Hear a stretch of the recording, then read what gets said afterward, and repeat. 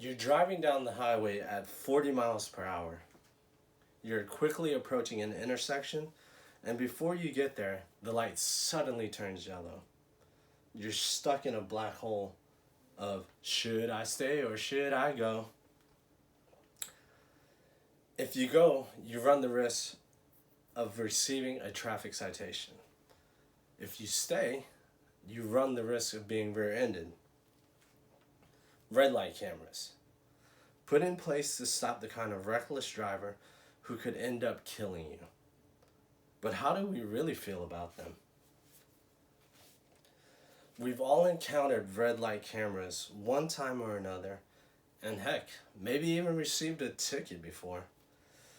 Some say that the benefits to having these cameras are mainly safety, prevention of pedestrian fatalities, accident frequency, and a reduction in the amount of side impact crashes. They're designed to slow down or stop drivers when approaching an intersection. One other advantage is these cameras, they generate revenue for the city, and whether it's just people paying their fines, having less manpower.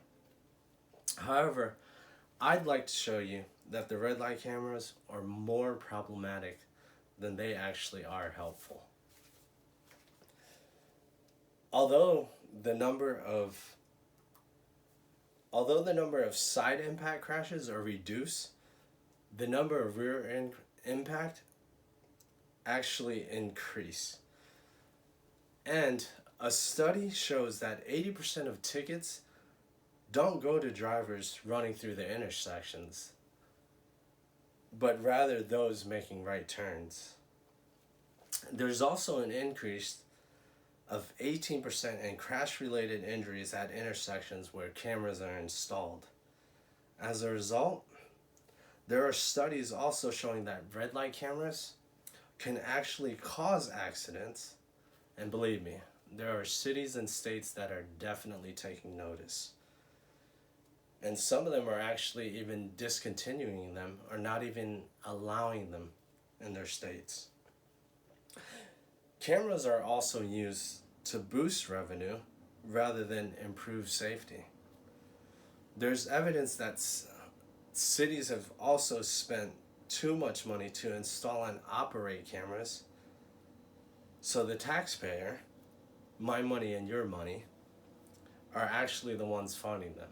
So some of them generate revenue, some of them don't. Go figure. Personally, I feel that red light cameras actually hurt our local economy. For instance, people would avoid going to restaurants in the city of Apopka where they knew cameras were installed. Being that we're here in Central Florida, I'm sure many of you in the audience actually are aware of the city of Apopka. So back in 2007, Apopka actually adopted the red light cameras and installed 17 of them into the city. And guess what? By 2018, the program came to an end and all the cameras were taken down and removed. If any of you in the audience ever worked or lived in Apopka, if you were going to grab a bite to eat, in order to avoid red light cameras, you probably avoided going to the city. And if you lived out there, you were most likely travel in an opposite direction or an alternate route just to avoid those cameras. As a result, it actually ended up hurting our local economy. This is coming from someone who loves to support our local small businesses, but also not at the expense or the risk of getting a citation, which could possibly be one reason why they ended up doing away with it.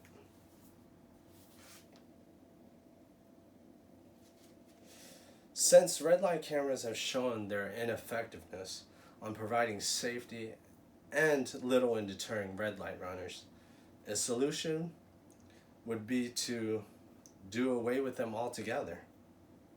Well, what's my solution? It isn't my idea per se, but I would say increase the yellow light time. Providing adequate yellow signal time is important and can reduce crashes. Studies have shown providing adequate yellow light signal time associated with guidelines published by the Institute of Transportation Engineers can significantly decrease the frequency of red light violations. It's very true. And it can also reduce the risk of total crashes, injury crashes, and right angle crashes. Pretty good stuff. Incidentally, there's a story about an electrical engineer from Oregon. His name is Mats Yellstrom, who just recently made history with a new traffic light timing formula. Something he's been working on for 7 years. That's right, 7 years. Why did he do this? Well, what actually stemmed from this and why he did this was actually because his wife ended up receiving a red light camera ticket. He was inspired to research on how yellow lights are timed and found that his formula took into account the time drivers would need to slow down when making a turn in an intersection. According to Wilson, the Institute of Transportation Engineers formally announced that it voted to adopt a new formula for determining the timing of traffic lights. Good job, Mats.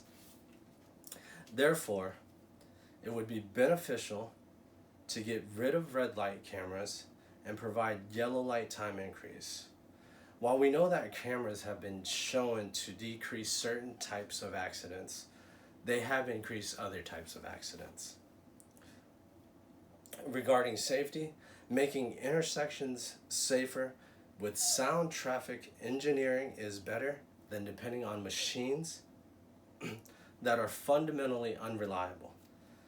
Cameras can't determine who's driving the car, meaning that the owner is presumed guilty until proven innocent. There is clear evidence that installing a camera reduces the number of vehicles running a red light. Absolutely, Gallagher said. But the predicted relationship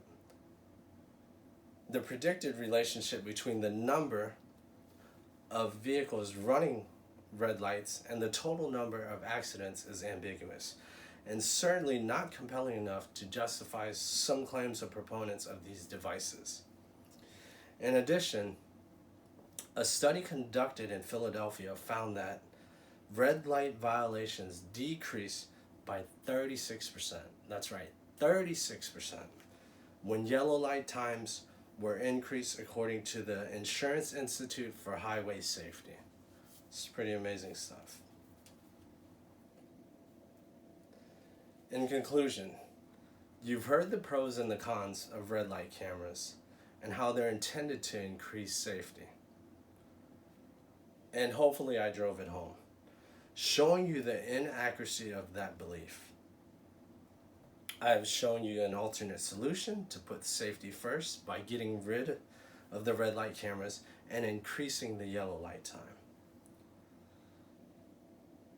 While I say we should hit the brakes on red light cameras, we should never stop the pursuit of public safety.